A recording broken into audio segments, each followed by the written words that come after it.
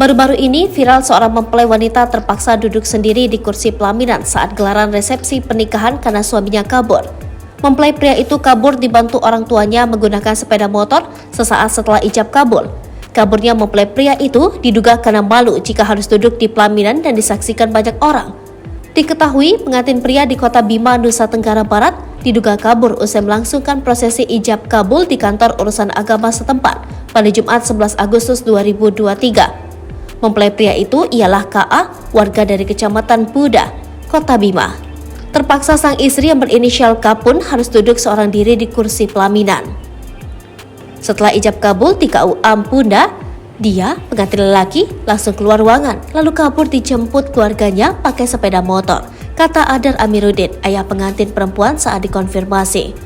Sang ayah mengaku rencana pernikahan anaknya dengan KA sudah disepakati. Mereka sepakat menggelar resepsi setelah akad nikah. Namun beberapa hari sebelum pernikahan, keluarga mempelai pria disebut secara mendadak menolak digelarnya resepsi. Padahal katanya surat undangan sudah terlanjur disebar. "Undangan sudah kami sebar, gak mungkin kami batalkan resepsi," ujarnya. Atas sikap pengantin pria dan keluarganya itu, lanjut dia, pihaknya tak bisa berbuat banyak. Dia tetap meminta sang anak duduk di atas pelaminan untuk menyambut tamu undangan yang datang.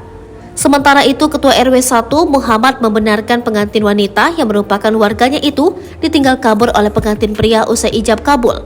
Menurut dia, berdasarkan data kependudukan, K menikah saat usianya masih di bawah umur. Iya, pengantin wanita itu masih anak di bawah umur, ungkapnya. Sebelum ijab kabul dan resepsi pernikahan, lanjut dia, kedua keluarga yang berhajat diduga memang memiliki masalah. Pihak pengantin pria tidak menginginkan adanya pernikahan itu. Namun keluarga mempelai wanita meminta sang mempelai pria bertanggung jawab. Pihak keluarga perempuan juga menginginkan pihak laki-laki mengikuti proses resepsi. Namun kenyataannya dia kabur setelah ijab kabul, kata Muhammad.